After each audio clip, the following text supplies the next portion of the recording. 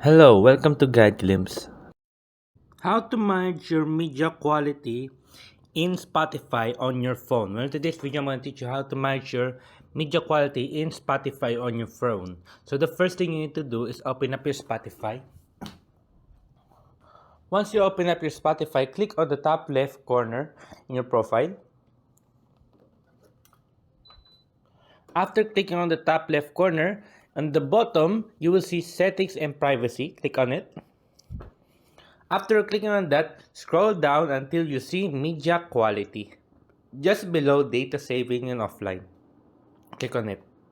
Once you're here, you will now given the option to choose the media quality of your audio streaming quality. So right here, see right now, we can make it normal, or this one to normal, and also this high, and there you go.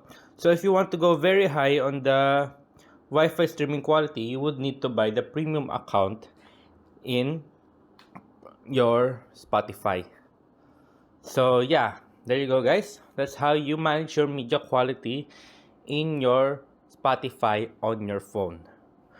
So, and a little bit of tip for you guys, if you don't know anything about this, just click on automatic. And there you go.